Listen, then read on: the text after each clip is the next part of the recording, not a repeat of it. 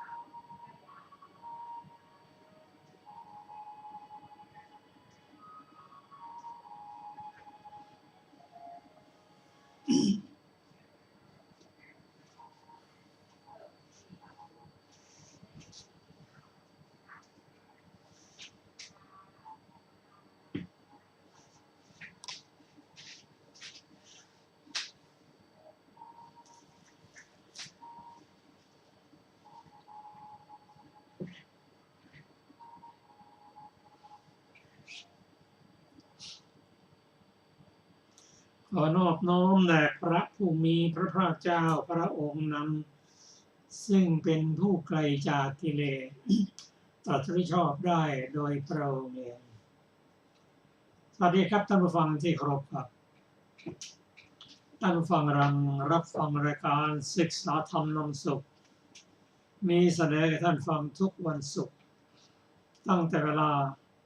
14 นาฬิกาถึง 15 นาฬิกาดำเนินรายการโดยกระผมพันเอกธนรัตน์เดชะมีอาจารย์สรภาเดชะเป็นผู้ร่วมรายการวันนี้เราได้นำมัตตปิฎกฉบับอรรถกถาเล่มที่ 33 มาศึกษากันในพระสูตรที่เกี่ยวกับเรื่องของกรรม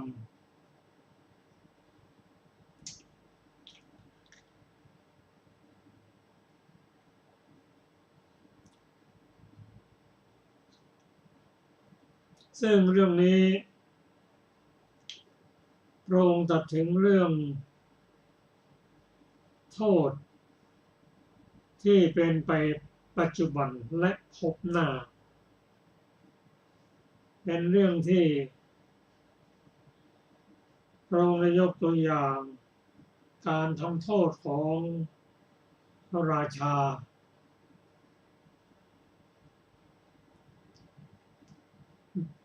ซึ่งผู้ที่ทำผิดกฎต้องถูกนำมาลงโทษในวิธีการลงโทษแล้วก็เป็นไปอย่างทารุณโหดร้ายซึ่งเป็นเรื่องของพระราชากับอมาตย์ก็เป็นเหตุหนึ่งที่จะทำให้บุคคลกลัวต่อการทำกรรมที่ไม่ดีและอย่างนี้เราจะขอนำมาสูตรนี้มาอ่านให้ได้ฟังนี่จนจบสูตรแล้วผมจะอธิบายในรายละเอียดและเสริมด้วยอรรถกถาโดยอาจารย์สรภาภายหลังขอเชิญอาจารย์สรภาค่ะสวัสดีค่ะท่านผู้ฟังที่เคารพทุกท่านเรื่องนี้จะอยู่ในอังคุตรนิกายทุกกนิบาตขอนอบน้อมแด่พระผู้มีพระภาคเจ้าพระอรหันตสัมมาสัมพุทธเจ้าพระองค์นั้นปฐมปัณณาตกรรมกรวรรคที่ 1สูตรที่ 1 ว่าด้วยโทษที่เป็นไปในปัจจุบันและพบหน้าข้าพเจ้าได้สดับมาแล้วอย่างนี้ สมัยหนึ่งพระผู้มีพระภาคเจ้าประทับอยู่ณพระวิหารเชตวัน อารามของท่านอนาถบิณฑกเศรษฐีกรุงสาวัตถี ณ ที่นั้นแลพระผู้มีพระภาคเจ้าได้ตรัสเรียกภิกษุทั้งหลายว่าดูก่อนภิกษุทั้งหลายภิกษุเหล่านั้นทูลรับสนองพระผู้มีพระภาคเจ้าแล้วพระผู้มีพระภาคเจ้าได้ตรัสว่าดูก่อนภิกษุทั้งหลายโทษสองอย่างนี้โทษสองอย่างเป็นไฉนคือโทษที่เป็นไปในปัจจุบันหนึ่งโทษที่เป็นไปในภพหน้าหนึ่งดูก่อนภิกษุทั้งหลายก็โทษที่เป็นไปในปัจจุบันเป็นไฉนบุคคลบางคนในโลกนี้เห็นโจรผู้ประพฤติความชั่วพระราชาจับได้แล้วรับสั่งให้ทำกรรมกรนานาชนิดคือ 1. โบยด้วยแส้บ้าง 2. โบยด้วยหวายบ้าง 3. ตีด้วยตะบองสั้นบ้าง 4. ตัดมือบ้าง 5. ตัดเท้า 6. ตัดทั้งมือทั้งเท้าบ้าง 7. ตัดหูบ้าง 8. ตัดจมูกบ้าง 9. ตัดทั้งหูทั้งจมูกบ้าง 10. ลงกรรมกรวิธีหม้อเคี่ยวน้ำส้มบ้าง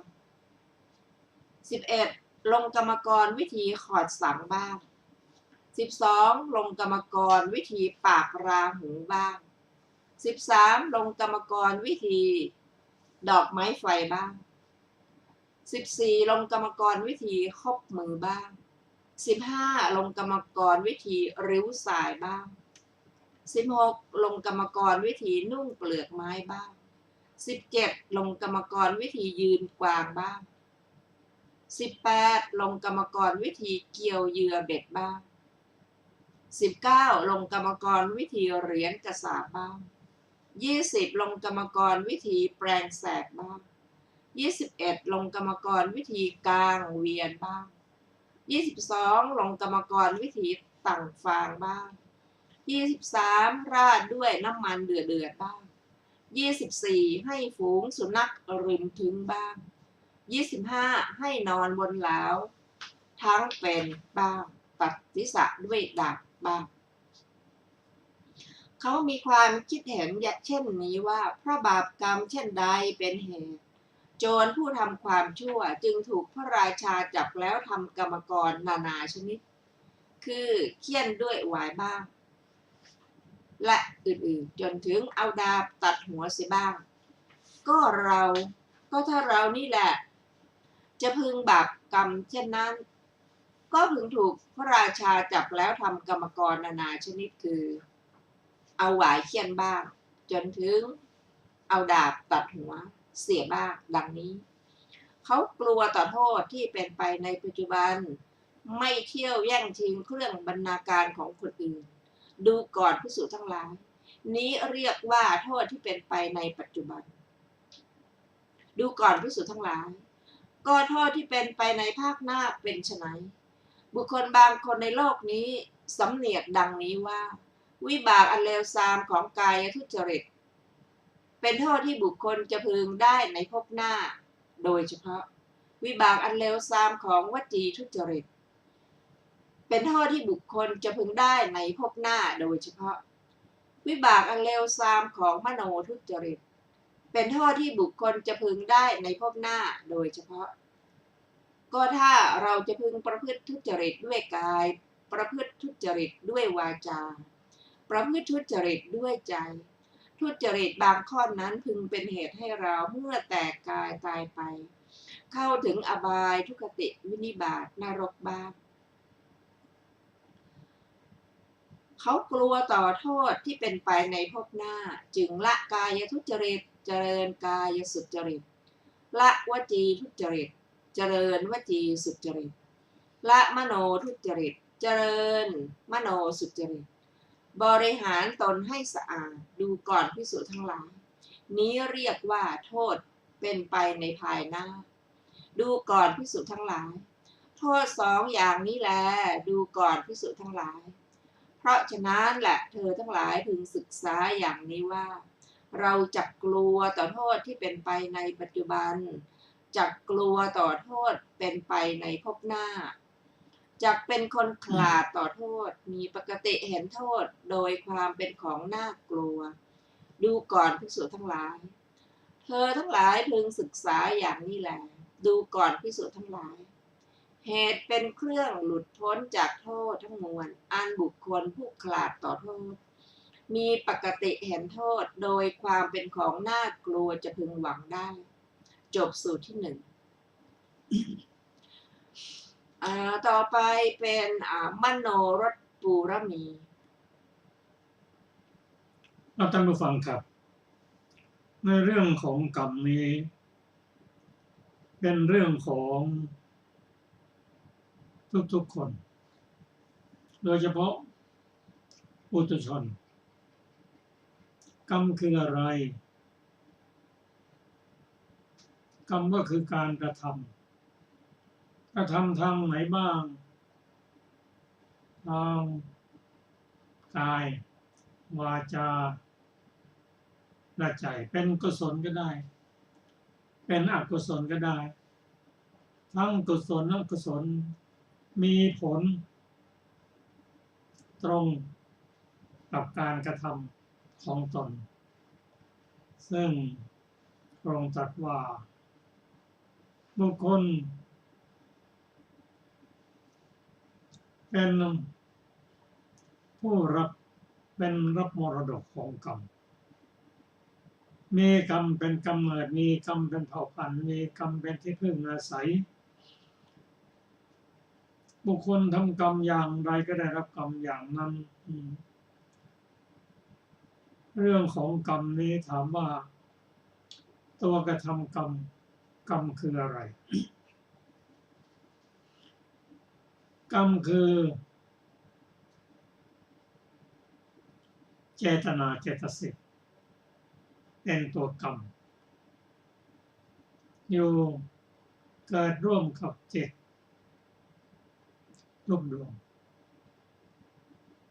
อยู่ในกลุ่มสัพพะสาธารณเจตสิก7อันประกอบด้วยผัสสะเวทนาสัญญาเจตนาตัวเจตนานะตัวกรรมเอกคตาและชีวิตอินทรีย์ตัวเจตนานี่ในตัวกรรมนี้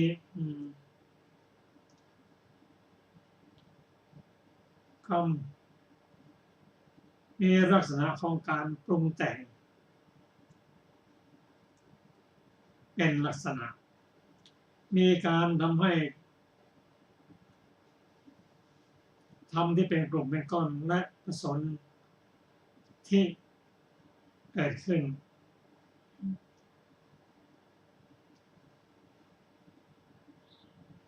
เป็นเกิดส่วนผลนั้นกรรมนั้นมีหน้าที่ชักนำกระตุ้นกรรมนั้นกล่าวไว้ในปฏิจจสมุปบาทว่าเพราะอวิชชาเป็นปัจจัย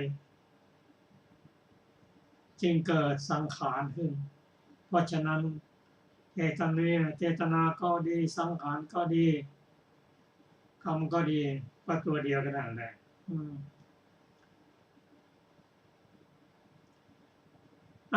อวิชชาเป็นปัจจัยจึงเกิดสังขารคือตัวปัจจัยปรุงแต่งตัวสังขารนี้ปรุงแต่งอะไรมั่งปรุงแต่งให้เป็นบุญก็ได้เป็นบาปก็ได้เป็นอเนนชาคือเป็นอารูปก็ได้นอกจากนั้นยังปรุงแต่งกายให้สุจริตทุจริตแต่งวาจาทุจริตและสุจริตแต่งใจสุจริตและทุจริตมีผลทั้งนั้นเพราะกรรมตัวนี้แหละ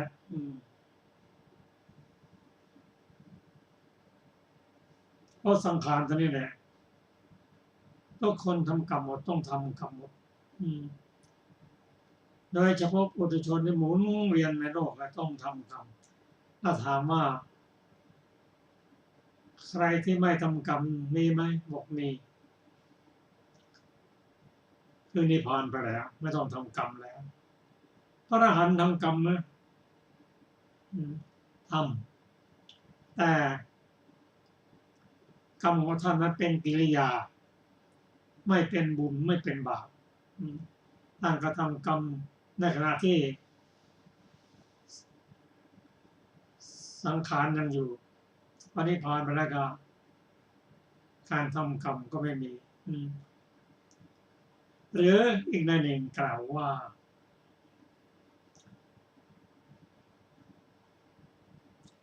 ตราบใดที่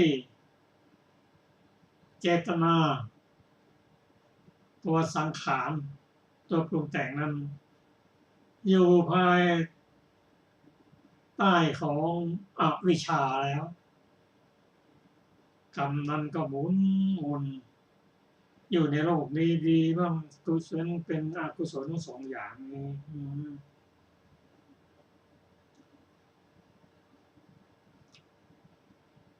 ในการพิจารณาเรื่องกรรมนั้นจากพระสูตรบางสูตรที่ผ่านมาท่านกล่าวถึงตัวที่รับผลของกรรมนั่นคือตัวชาวนะเจตสิกตัวชาวนะซึ่งมีอยู่7 ดวงในกันเขาจะทำหน้าที่รับกรรมที่เป็นกุศลและอกุศลเพื่อให้หมุนเวียนอยู่ในโลกนี้เท่านั้นไม่เกี่ยวข้องกับว่าผู้ทำกรรมนั้นจะเป็นราชามหาอมาตย์เป็นคนยากคนจนมียศสูงกรรมให้ผลเท่านั้นการรับผลแล้วมี2 อย่างเป็นบุญหรือเป็นบาปอย่างอื่นไม่เกี่ยวข้องเอา2 อย่างนั่นเองเมื่อเป็นบุญก็หมุนเวียนอยู่ในโลกนั้นไม่ได้รับความสุขเรียกว่าโลกิยสุขถ้าทำบาปกรรมก็ได้รับทุกข์เป็นคนยากคนจนเป็นคนที่ ไม่สมประกอบหมุนวนอยู่ในนรกนั้นอันนี้คือเรื่องกรรมเพราะว่าสูตรนี้พระองค์ทรงแสดงให้พิสูจน์ได้ฟังว่าบุคคลถ้ารู้ว่ามีผลและทำกรรมนะโดยเฉพาะกายทุจริตวจีทุจริตมโนทุจริตซึ่งเป็นอกุศลกรรมเป็นกรรมที่แสดงไว้ในชนะว่าบุคคลทำกรรมดังกล่าวในพระสูตรนี้เช่นกายทุจริตวจีทุจริตมโนทุจริตโดยเฉพาะทำกรรมกับคนที่มีศีลมีธรรมกรรมนั้นถ้าพบกรรมบทแล้วก็ย่อมให้ผลในปัจจุบันชาตินั้นย่อมให้ผลแล้วก็ตัวชวนะดวงที่1นั้นจะให้ผลในปัจจุบันชาติหรืออัตภาพนี้ดวงที่7ให้ผลในชาติหน้าที่เหลือจากนั้นไม่หายไปไหนตามมาให้ผลตั้งแต่ชาติที่2ถึงชาติที่6จนกว่าจะพ้นจะทุกข์พ้นจากนี้เข้าถึงนิพพานนั่นแหละกรรมจึงจะหยุดทำงานและกรรมนั้นบางทีก็ถ้าให้ผลตามธรรมชาติ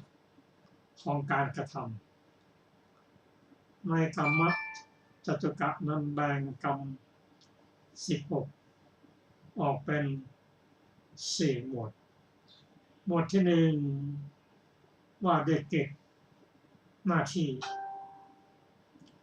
เช่น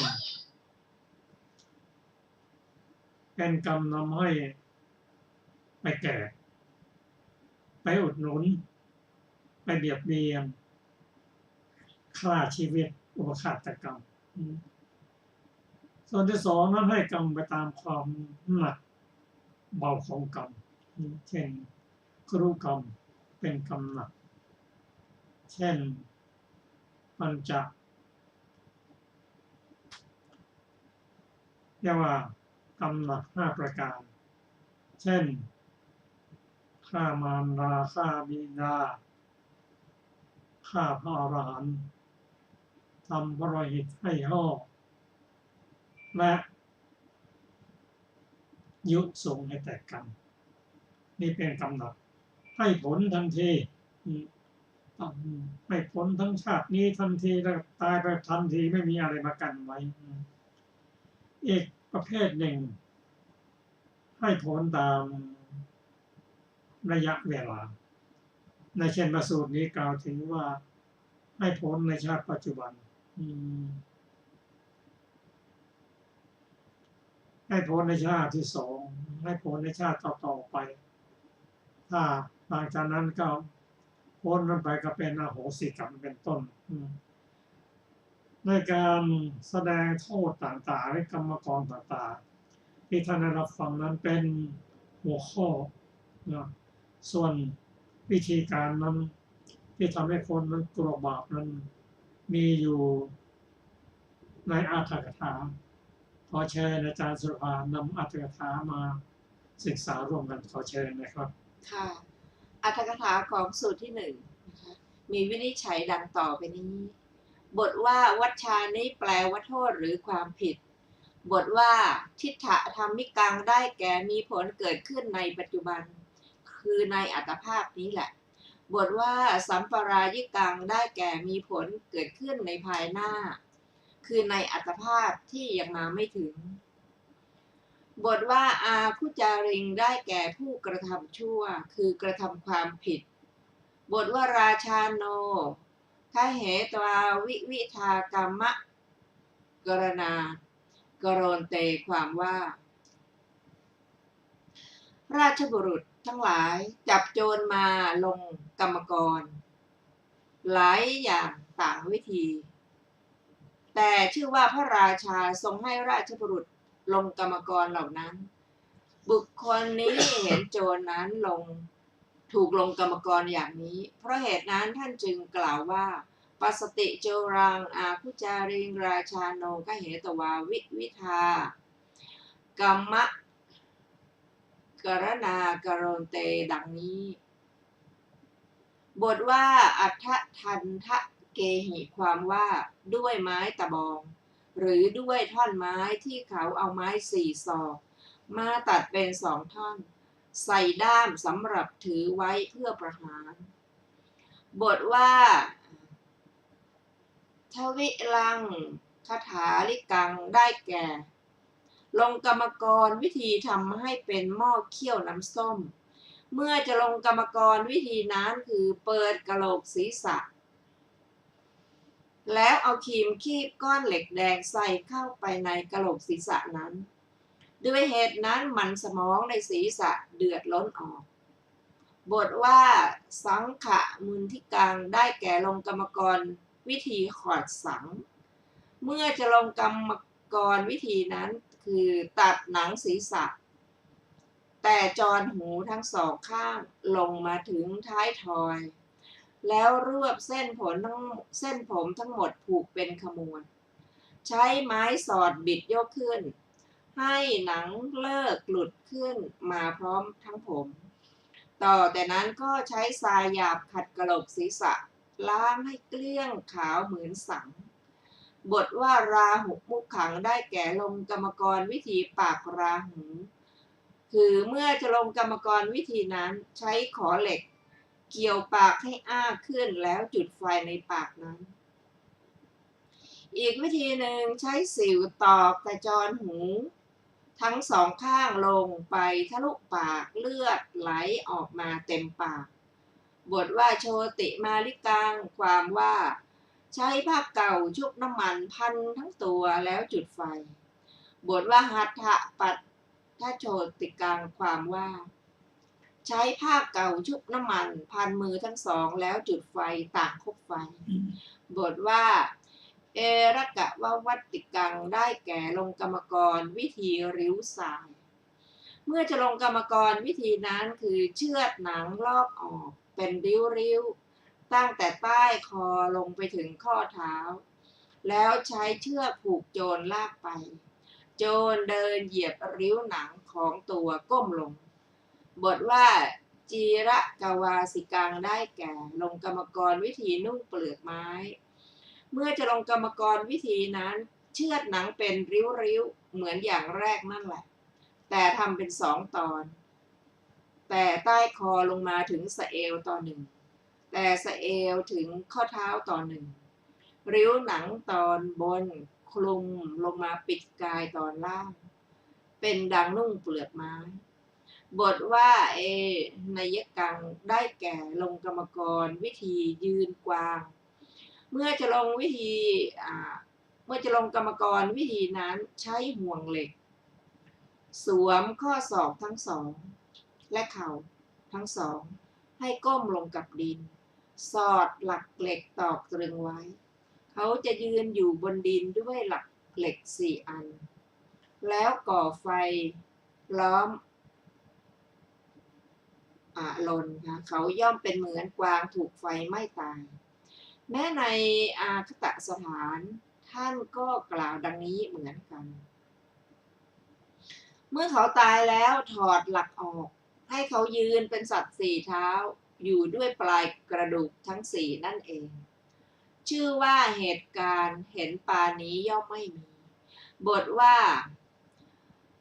ภริสมะสังสิกังความว่าใช้เบ็ดมีเงี้ยง2 ข้างเกี่ยวหนังเนื้อเอ็นดึงออกมาบทว่ากหาปณะกังความว่าใช้มีดคมเฉือนสรีระทุกแห่งตั้งแต่สู่เอวออกเป็นแว่นๆขนาดเท่าเหรียญกษาปณ์บทว่าขาราปะติจกังความว่าสับฟันให้ยับทั่วกายแล้วใช้น้ำแสบร่างขัดถูด้วยแปรงให้หนังเอ็นหลุดออกมาหมดเหลือแต่กระดูกบทว่าปริฆะปริวัตกังความว่าจับนอนตะแคงใช้เหลาเหล็กตอกตรงช่องหูทะลุลงไปตรึงแน่นอยู่กับดินแล้วจับเท้าทั้งสองโยกเดินเวียนไปบทว่าปลาละปีทกังความว่าเจ้าหน้าที่ผู้ฉลาดใช้ลูกบดศิลากลิ้งทับตัวให้กระดูกแตกปนแต่ไม่ให้ผิวหนังขาดแล้วจับผมรวบยกเขย่าให้เนื้อรวมเข้าเป็นกองใช้ผมนั่นแหละพันตะล่อมเข้าวางไว้เหมือนต่างฟ้าบทว่าสุนัขเขหิปิขาทาเป็นติความว่าไม่ให้อาหารสุนัข2-3 วันแล้วให้ฝูงสุนัขที่หิวจัดกัดกินเพียงครู่เดียวก็เหลือแต่กระดูกบทว่าสุเลอุตาเซนเตได้แก่ยกขึ้นนอนหงายบนหลังบทว่าณปเรสังปาพตังวิลุมปัญโจวิจรติความว่าเห็นสิ่งของผู้อื่นมาอยู่ต่อหน้าโดยที่สุดแม้เป็นของที่มีค่าตั้งพันตกอยู่ตามถนนก็ไม่ได้เที่ยวยื้อแย่งเอาด้วยคิดว่าจะมีชีวิตอยู่ด้วยสิ่งนี้หรือคิดว่าประโยชน์อะไรด้วยสิ่งนี้ใช้หลังเท้าเขี่ยไปบทว่าปาปโกแปลว่าเลวได้แก่เป็นทุกข์คือไม่น่าปรารถนาบทว่ากินเจตังความว่าจะพึงมีเหตุนี้ได้อย่างไรบทว่าเยนะหังตัดบทเป็นเยนะอาหังบทว่ากายทุจริตังได้แก่กายกรรมที่เป็นอกุศล3 อย่างมีปาณาติบาตเป็นต้น บทว่ากายสุจริตตังได้แก่กุศลกรรม3อย่างที่เป็นปฏิปักษ์ต่อกายทุจริตบทว่าวจีทุจริตตังความว่าวจีกรรมที่เป็นอกุศล4อย่างมีมุสาวาทเป็นต้นบทว่าวจีสุจริตตังได้แก่กุศลกรรม4อย่างที่เป็นปฏิปักษ์ต่อวจีทุจริตบทว่ามโนทุจริตตังได้แก่มโนกรรมที่เป็นอกุศล3อย่างมีอภิชฌาเป็นต้นบทว่ามโนสุจริตตังได้แก่กุศลกรรม3อย่างที่เป็นปฏิปักษ์ต่อมโนทุจริตในคำว่าสุดทางอัตตานังปริหรตินี่สุทธิมี2อย่างคือปริยายสุทธิหนึ่งนิปริยายสุทธิหนึ่งจริงอยู่บุคคลชื่อว่าบริหารตนให้หมดจดโดยปริยายด้วยสรณคมชื่อว่าบริหารตนให้หมดจดโดยปริยายด้วยศีล5ด้วยศีล10ด้วยจตุปาริสุทธิศีลด้วยปฐมฌานด้วยเนวสัญญานาสัญญายตนะฌานด้วยโสดาปัตติมรรคและอื่นๆด้วยอรหัตมรรคเหมือนกันส่วนผู้ที่ดำรงอยู่ในอรหัตผลเป็นพระขีณาสพยังขันธ์5ซึ่งมีรากขาดแล้วให้เป็นไปอยู่บ้างให้เคี้ยวกินบ้างให้บริโภคบ้างให้นั่งบ้างให้นอนบ้างพึงทราบว่าบริหารคือประคับประคองตนให้หมดจดคือหมดมนทินโดยตรงทีเดียวบทว่าตัสมาความว่าเพราะ2อย่างเหล่านี้เป็นโทษทีเดียวมิใช่ไม่เป็นโทษบทว่าวัชชะพิรุโนแปลว่าเป็นผู้ขลาดต่อโทษบทว่าวัชชะพยทัสสาวิโนแปลว่าเห็นโทษเป็นภัยอยู่เสมอบทว่าเอตังปาติกังขังความว่าข้อนี้จะพึงหวังได้อธิบายว่าข้อนี้จะมีแน่บทว่ายังเป็นเพียงวิบากอีกอย่างหนึ่งเป็นตติยาวิภัตความว่าเป็นเหตุเครื่องพ้นจากโทษทั้งปวงถามว่าจะพ้นด้วยเหตุไรแก้ว่าพ้นด้วยมรรคที่4ด้วยผลที่4ด้วยชื่อว่าพ้นด้วยมรรคเมื่อบรรลุผลแล้วชื่อว่าพ้นอย่างหมดจดคืออกุศลไม่ให้ผลแก่พระขีณาสพหรือให้ผลแต่อกุศลนั้นท่านทำไว้ก่อนแต่ยังไม่เป็นพระขีณาสพและให้ผลในอัตภาพนี้เท่านั้นในสัมปรายภพผลกรรมไม่มีแก่ท่านก็จบอัตถกถาของสูตรที่1ท่านผู้ฟังที่เคารพครับจากอัตถกถาเราเห็นว่า การให้ผลของกรรมการทำกรรมกรก็ดีได้เหตุผลด้วยปรามบุคคลผู้ที่ให้พ้นได้ห่างจากอกุศลมาทำกุศลแทนก็สังอกุศลและกุศลมีผลแน่นอนการให้ผลของกรรมนั้นให้ผลใน2 ทางทางแรกนั้นนำไปแก่การนำไปแก่นั้นก็มีทั้งรูปทั้งนามและขันธ์5นั้นแต่ไปแก่ที่ไหนถ้าเป็นกุศลกรรมก็ไปเกิดในสุขติไปเกิดในสุขติโลกมนุษย์สวรรค์ถ้าทำอกุศลกรรมก็ตกลงไปในอบายอันนี้คือการให้ผลแล้วให้ทำให้เกิดวิบากหรือให้ผลเส้นทางนั้นจะให้ผลในตั้งแต่เกิดจนตายถ้าเป็นกุศลกรรมการได้เห็นได้ยินได้กลิ่นได้รส ก็จะติดตามไม่ให้ผลตั้งแต่เกิดจนสิ้นชีวิตผู้ที่ทำอกุศลกรรมก็ให้ผลในทางได้เห็นได้ยินได้กลิ่นได้รสผลิตภัณฑ์ที่ไม่ดีตั้งแต่เกิดจนตายก็ถามว่าทำอกุศลนั้นให้ผลในประวัติการนั้นได้กลิ่นไม่ดีตลอดชาติหรือได้กลิ่นได้รสได้สัมผัสตลอดชาติเลยเปล่าเพราะอะไรเพราะบางคนทำกรรมดีก็มีทำกรรมไม่ดีก็มีทำกุศลกรรมอกุศลคละเคล้ากันไปเพราะฉะนั้นผลจึงจะให้เป็นไปดังสลับกันการทำกรรมจำหมดโทษหมดอะไรเมื่อเป็นพระอรหันต์แล้วพอเป็นพระอรหันต์แล้วก็กรรมที่ไม่ดีไม่มีแล้วแล้วกรรมที่ทำไว้ก่อนเป็นพระอรหันต์มีโทษไหมยังมีโทษอยู่เช่นพระมหาโมคคัลลานะเป็นพระอรหันต์แล้วก็ถูกโจรจับทุบเพราะผลกรรมที่ทำไว้เป็นเศษนะเป็นเศษของกรรมที่ทำไว้ในอดีตชาติ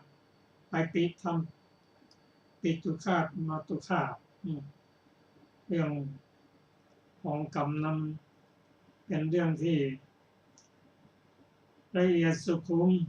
โดยเฉพาะการได้ผลของกรรมนั้นเป็นพุทธวิสัยยากที่จะเข้าถึงยากที่จะรู้ได้แม้การในผลของกรรมนั้นพระพุทธเจ้าท่านนั้น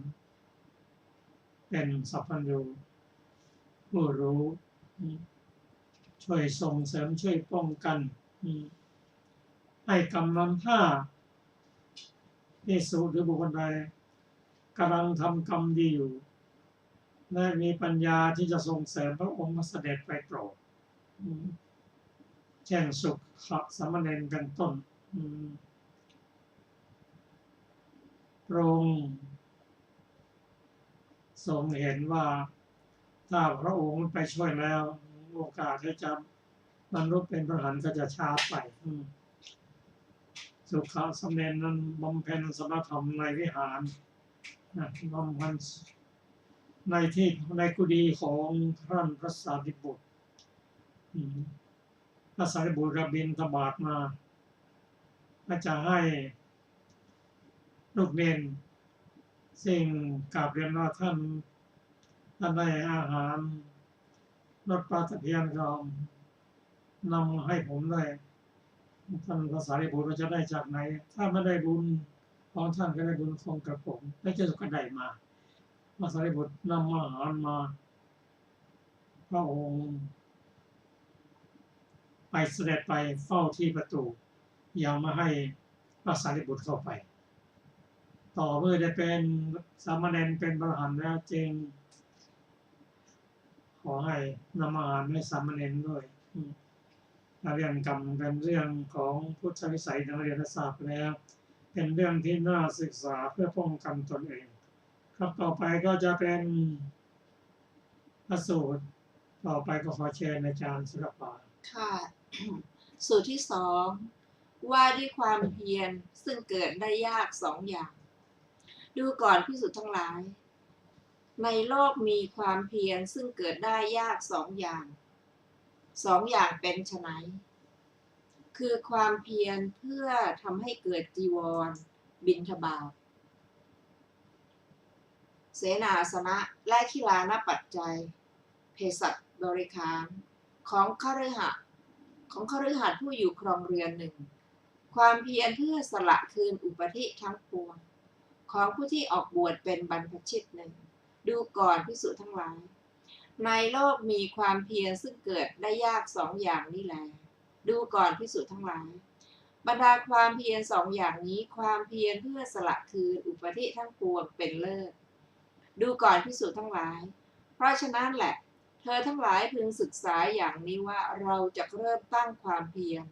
เพื่อสละคืนอุปธิทั้งปวงดูก่อนภิกษุทั้งหลาย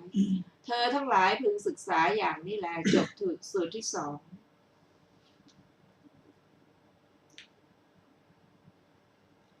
พระสูตรที่สอง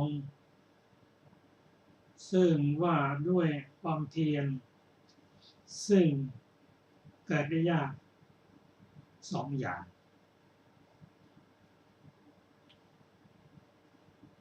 นั่นก็คือความเพียรซึ่งทำให้เกิดปัจจัยสี่นั่นคือจีวรบิณฑบาตเสนาสนะและพิรานปัจจัยแก่สัตว์บริขารสำหรับความเพียรข้อที่หนึ่งนั้นบุคคลบางคนและภิกษุบางรูปได้รับคำแนะนำจากพระพุทธองค์แล้วก็ทำให้ปัจจัยสี่เกิดขึ้นได้ไม่ยากแต่ก็ประกอบด้วยบุญของคนนั้นด้วยเช่นพระองค์ตรัสว่าภิกษุผู้รับกรรมฐานปฏิบัติในเสนาสนะ5 พรรษาแล้วออกไปข้างนอกไปบัติธรรมถ้าไปเป็นปฏิบัติธุดงค์เช่นอยู่ป่าเป็นวัดบิณฑบาตเป็นวัดใช้บาบางสกุลเป็นวัดนาจีวร3 ผืนเป็นผู้ที่มีความรู้ในด้านพระวินัยแสดงธรรมได้ดีเป็นธรรมกถึกจำพุทธพจน์ได้มากเป็นผู้มีเสียงดีมีรูปร่างดีก็จะทำให้เสนาสนะปัจจัยสี่นั้นเกิดได้โดยไม่ยากก็ถือว่าเป็นลาภส่วนหนึ่งส่วนความเพียรข้อที่สองนั้นก็คือการละอุปธิก็คือกิเลสนั่นเองความยากนี้ก็ต้องอาศัยความเพียรข้อที่หนึ่งเป็นฐานแล้วก็มันเป็นเพียรข้อที่สองเพื่อละอุปธิก็ถือว่าถ้าทำสำเร็จก็เป็นผู้อยู่จบพรหมจรรย์พระองค์ตรัสว่า2 สิ่งนี้เกิดขึ้นได้ยากก็ขอเชิญสูตรต่อไปเราจะศึกษาอรรถกถาของสูตรที่สองนะคะในสูตรที่สองนี้มีวินิจฉัยดังต่อไปนี้ บทว่าประธานานิแปลว่าความเพียรจริงอยู่ความเพียรท่านเรียกว่าประธานะเพราะควรตั้งไว้หรือเพราะทำความพยายามบทว่าธุระพิสัมภวานิความว่ายากที่จะบังคับคือยากที่จะให้เป็นไปอธิบายว่าทำได้ยากบทว่าอัคคารังอัจฉาวสตังแปลว่าอยู่ในเรือนด้วยคำว่าจีวระปิณฑปาตะเสนาสนะทิลานะปัจจยเพสัชชะปริกขารานุปาทะนัตถังปทานังท่านแสดงว่าชื่อว่าความพยายามเพื่อให้ปัจจัยสี่มีจีวรเป็นต้นเหล่านี้เกิดขึ้นยากความจริงการที่จะพูดว่าท่านทั้งหลายจงให้ผ้าเพียง4 ศอกหรือภัตตาหารประมาณข้าวสารฝ่ายมือหนึ่งหรือบรรณศาลาประมาณ4 ศอกหรือเภสัชมีเนยใสเนยข้นเป็นต้นเพียงนิดหน่อยดังนี้ก็ดีการดำออกให้ก็ดีทำได้ยากเหมือนกองทัพ2 ฝ่ายเข้าทำสงครามกันเพราะอย่างนั้นพระผู้มีพระภาคเจ้าจึงตรัสว่าทานและการยุติท่านว่าเสมอกันสัตว์บุรุษถึงน้อยก็ชนะคนมากได้ถ้ามีศรัทธาถึงจะให้น้อยเขาย่อมมีความสุขในโลกอื่นด้วยเหตุนั่นแหละดังนี้บทว่าอัคคาระ อาคารสมะอนาคาริยังปัปพชิตานังความว่า ออกจากเรือนเข้าบรรพชาอย่างผู้ไม่มีเรือน เว้นกสิกรรมและโครักขกรรมเป็นต้น ที่นำประโยชน์เกื้อกูลมาแก่เรือนคือแก่ผู้ครองเรือน บทว่าสัพพูปะทิปฏิสักขะคตังปทานังความว่า ความเพียรที่เกิดร่วมกับวิปัสสนาและมรรคเพื่อประโยชน์พระนิพพานกล่าวคือสลัดออกซึ่งอุปธิคือขันธ์กิเลสและอภิสังขารบทว่าตัดสมาความว่าเพราะความเพียรสองอย่างนี้เกิดได้ยากจบอปฐาสูตรที่สองต่อไปจะเป็นสูตรที่สามว่าด้วยธรรมเป็นที่ตั้งแห่งความเดือดร้อนสองอย่างดูก่อนภิกษุทั้งหลายธรรมเป็นที่ตั้งแห่งความเดือดร้อนสองอย่างนี้เป็นไฉน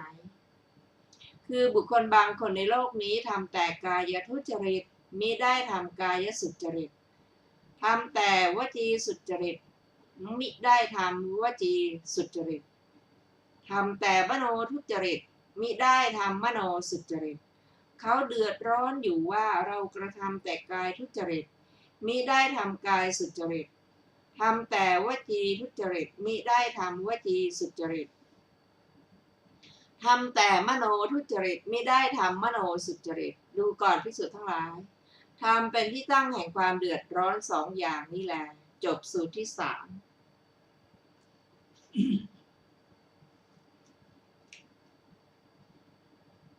พระสูตรนี้กล่าวด้วยธรรม